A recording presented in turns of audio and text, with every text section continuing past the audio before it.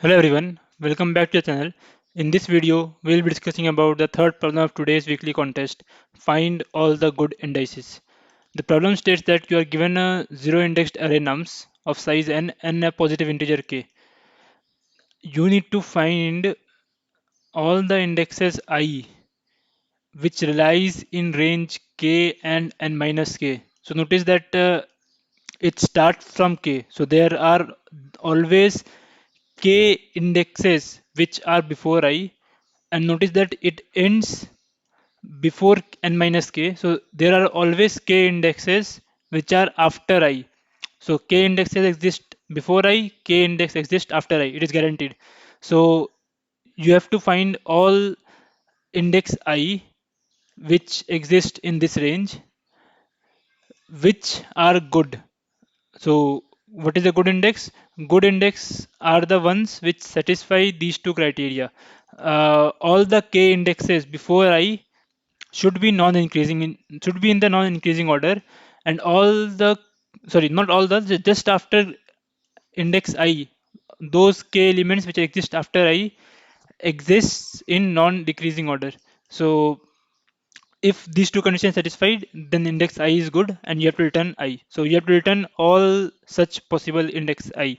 So for example, in this particular array, there are two possible good indexes, 2 and 3. So let's talk about this index. So in this index, if you see, uh, k is 2, right? So there two index before 2 is 2 and 1.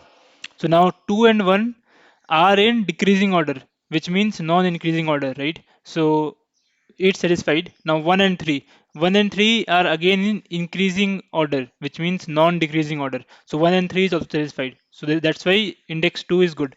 Similarly, index 3 is also good. 1 and 1 are in non-increasing order. So basically it is in both increasing and non-increasing, and 3 and 4 are in increasing, that means it is non-decreasing order. So 1 is also a good indexes, so that's why I put 3 here. So we have to find all such indexes and hope the problem statement is clear. Now how to solve this? So let's talk about the same example and let's say k equals to 2. So if k is equals to 2, so we have these two indexes with us, right? So and these two indexes with us just after 1. Okay, so what is one possible approach? One possible approach is to, if you are at index I, just iterate over all the indexes before I and just iterate over all the indexes after I, right?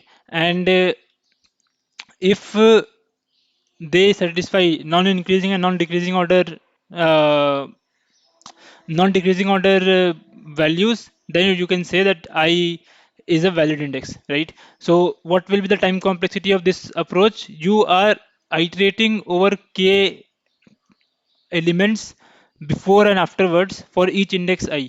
So how many such index I are possible? Let in worst case, or it will be in the order of n, right? So and you are iterating over k indexes every time, right? So this will be your time complexity. Now, if you look at the question, k is in order of n by 2 and n is 10 to the power 5. So this complexity would not pass. So we can't actually iterate over everything. So the next solution is we have to somehow skip iteration over each k indexes for each I index. So basically we have to remove one of these, right? Like we have to remove either n or either k. That's where we will, and we can include something else, but we have to remove some of this. Now we can't remove n because we have to iterate over n every element at least once, so that is not possible. Now you have to remove k. What does removing k means? Removing k means that you can't iterate over each index, like each k k set of indexes for each I index. You can iterate over separately, but you can't do it for each indexes, right? So that is an hint. Basically, we can do it separately. So let's say we do this separately. What we have done, let's just erase some of this. So let's say we iterate over every two indexes and calculate whether it is increasing or decreasing. Or basically, let's talk about one case. Let's say we iterate over each two indexes and calculate whether it is increasing. Okay, now how to calculate is different story, but now let's say we calculate whether it is increasing. Now or let's calculate about decreasing, so whether it is decreasing. So it is decreasing, so we'll mark this as true, that okay, the k index ending at 1 is decreasing, so that's why it is true. Now let's talk about the second one, whether it is decreasing or increasing. Sorry, whether it is decreasing. Yes, it is decreasing, so let's mark it as true. Now you come here, is it decreasing 113? No, so let's mark it as false. And then let's come here, it is decreasing. Yes, so let's mark it as true. And finally 41, is it decreasing? Yes, so let's mark it as true. So now once you calculate this array, similarly you can calculate increasing array. So we have calculated decreasing array, we can calculate similarly increasing array. Okay, now let's do that as well quickly. Let's remove this. So we have to calculate whether it is increasing or not, whether it is increasing. No, right? So let's mark it as false. Now whether it is increasing, yes it is, because 1 and 1, we don't have to be strictly increasing. So whether it is increasing, yes, so let's mark it true. Is it increasing? No, so let's mark it false. Is it increasing? No, so let's mark it false. So finally we have these two array. Now can you answer the same question again? Let's say for you are looking at this index I. So now if you are looking at this index I, what you need to do? Basically you have these two array with you already. Is decreasing and is increasing. So is decreasing is this and is increasing is this. So now if you have these two array already, and what you have to like, what is the condition was before I it should be decreasing, and before after k it should be increasing. So after k it should be increasing, so we have to calculate, we have to see whether the index ending at this index, is it increasing or not. So we can see that it is not increasing. Okay, so is it increasing? So after k, yes, we have to find out whether it is increasing or not. So after I, we have this index, right? And whether it is increasing or not, we have to find out. So it is not increasing, because 13 and 4 we considered, and 13 and 4th are not increasing. Okay, so this index will not be, like, will not be considered in our answer, because this is not increasing, like, or both this and this should be true. So now this is not increasing, so this index will not be considered in the answer. Now let's talk about this index. What about this index? So for this index you have to find out whether so before this will be the case, and after this you have to find out whether index ending here, is it decreasing. So the answer is yes, it is decreasing. Now we have to find out whether index ending here, is it increasing. The answer is again no, so basically 13 will also not be the answer. So in this case there is no answer. But hope you get the idea. If we have these two things, we can easily calculate the given question. So what will be the pseudocode? First we have to calculate. Okay, again we haven't talked about how to calculate this is increasing or is decreasing array. But let's say we calculated this, and now the solution is simple. We just need to find out whether it is increasing or decreasing after and before I, and just push that in the answer. So now the only question that remains is how to calculate is decreasing or is increasing. So we will talk about how to calculate is decreasing, and is increasing you can calculate in exactly similar way. So let's assume that k equals to 6. So at any given point of time you are looking at a 6 indexes, right? So now you have to calculate whether it is decreasing or not, whether everything is in decreasing order or not.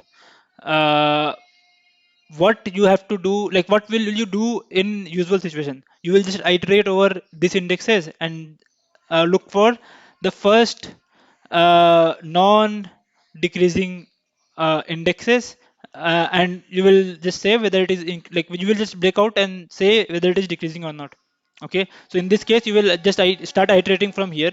and you will iterate 2 1 1, and when you see 13, you will say that okay, 13 is not less than 1 or less than equals to 1, so let's just break out and say it is not increasing, or it is not decreasing. So this approach works, but what you have to do extra here, you have to like make sure that you are doing this for every such k indexes, right? You have to do this for this one, you have to do this for this one, and so on and so forth, right? So you have to make sure that you are able to do this for every k indexes. So in a way, if you have to, like if you have an answer for this 6 index, getting the answer for this 6 index should be order 1 operation or order log n operation. It should not be more than that, because you can't actually iterate over k every for every indexes. We just have seen why not, right? So basically, if you have something for this set of indexes, for calculating something for this set of indexes should be a order 1 operation. So one possible, like there are several possible approaches, you can use vector set or anything, but one possible approach here, what you can do is you can start dividing them into groups. So there is one group clearly which consists of 211, which is decreasing, right? Then there is second group which consists of 1341. Okay, now once you introduce any new element, okay, or remove any new element, either the first group will be decreased. So removing an element is very easy, you can just remove the first index from the first group, that's all. Now, what about the adding a new element? So adding a new element is again simple. Either this element will belong to the last group, or this element would be forming its own group, right? That's it, right? So now you can see adding or removing an element is just order 1 operation. Depending on how you maintain this group, we'll look at it. We'll look at an easy way for doing this. But depend like if you have these groups now, to answer whether it is decreasing or not, what you need to do, you need to just say whether there is only one group in this set or not. Whatever you are maintaining, whether there is one group in that data structure or not. Currently you can see there are three groups for this particular set of indexes. So the answer for is decreasing end will be no. Hope you get this. So let's just do a dry run for a couple of cases, and you will get what we have to do. So let's say these are the first 6 indices. Now you start preparing groups starting from here. You start from here and you start preparing groups. So you say that okay, 211 is a group because one, as soon as 13 come, 13 is not less than equals to 1. So we 13 will be the start of another group. So there are two groups. Now let's maintain, like you can maintain the entire group with you. As I said, there are a lot of options for doing this. You can use set, or you can use vector, or you can use q or dq. So what I will be doing, I will be using dq, which is very efficient here. So what I will doing, I will maintain only the ending index of the groups. So we will look at how this actually helps a lot. So let's say we have a dq and we maintain the ending index. So we have two groups and we maintain two ending, sorry, we maintain two ending index 2 and 5. Okay, now we will, like now you have to answer whether it is decreasing or not at index 5. So the answer would be false. Why? Because the there are two groups, like this dq size is 2, so that's where the answer is false. The dq size should be 1 for this to be true. Now let's say you sorry, so let's say you now calculating for this one. So now if you're calculating for this one, first thing you need to do is to remove this 0th index. Now removing this 0th index is just matter of checking the first element in the dq. Now whether it is 0 or not. If it is 0, it means it is the end of the group.